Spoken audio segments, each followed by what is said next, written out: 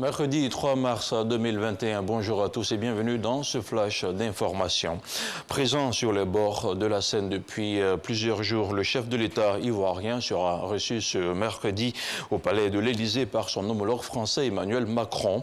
Un entretien suivi d'un dîner au cours duquel le président Alassane Ouattara échangera également avec le ministre français de l'Europe et des Affaires étrangères Jean-Yves Le Drian.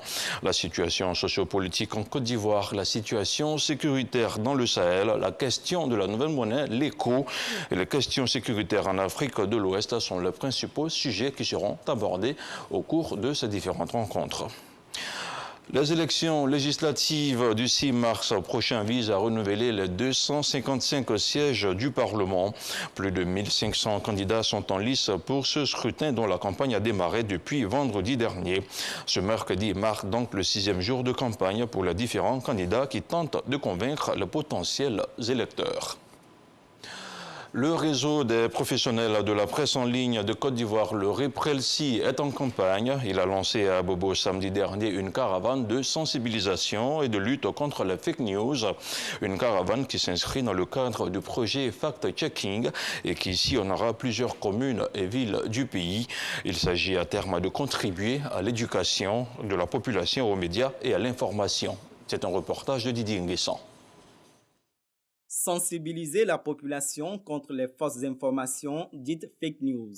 Le réseau des professionnels de la presse en ligne de Côte d'Ivoire, REPRELSI, lance une caravane. Première étape, la commune d'Abobo, quartier Banco-Anador. Les journalistes Élisée Boloube et Mamadou Kébé forment les participants sur les outils et techniques de vérification de l'information. En tant que professionnels de la communication, surtout du segment en ligne, nous avons un rôle important à jouer, à apporter notre contribution pour, n'est-ce pas, le retour de cette cohésion au sein de la population. Et cela passe par la formation, parce que quand on est mieux formé, on a les outils en main, on peut soi-même vérifier ces informations pour s'assurer qu'elles sont l'émanation d'une source crédible et donc capable d'être partagée sans aucune crainte.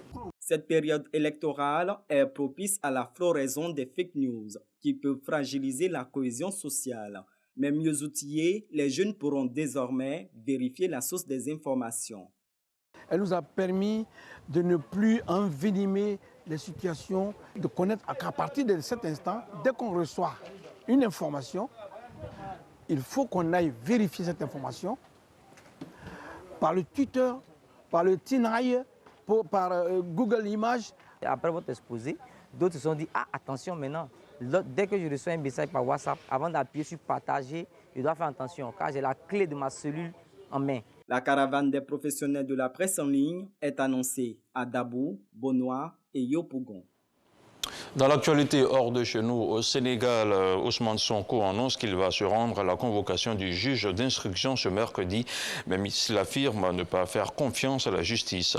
L'opposant est visé par une plainte pour viol par une employée d'un salon de massage de Dakar. Ousmane Sonko avait auparavant affirmé qu'il ne répondrait pas à une convocation du juge. Il a donné des éléments d'explication mardi soir. Le président du parti PASTEF, arrivé 3e à la dernière présidentielle, a de nouveau dénoncé un complot politique. Il accuse directement le président Macky Sall.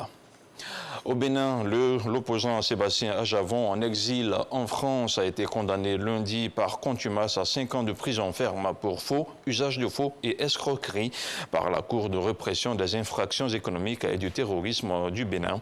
Sébastien Ajavon avait déjà écopé en 2018 de 20 ans de prison pour trafic de drogue. L'un de ses avocats, maître Julien Ben Simon, dénonce une nouvelle affaire politique.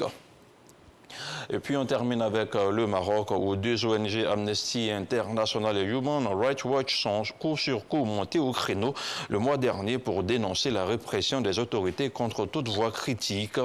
Fin janvier, l'historien Mahatib Moujib a été condamné à 1 an de prison ferme pour fraude et atteinte à la sécurité de l'État.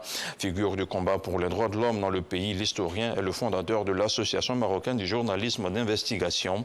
L'économiste Fouad Abdelmoumi, célèbre défenseur des droits humains et militant de Transparency Maroc, a révélé récemment avoir été victime l'an passé d'une campagne de diffamation destinée à le faire taire.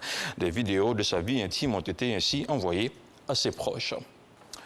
Et c'est tout pour ce flash d'information. L'information justement qui revient à 13 h. Restez sur RTI 1.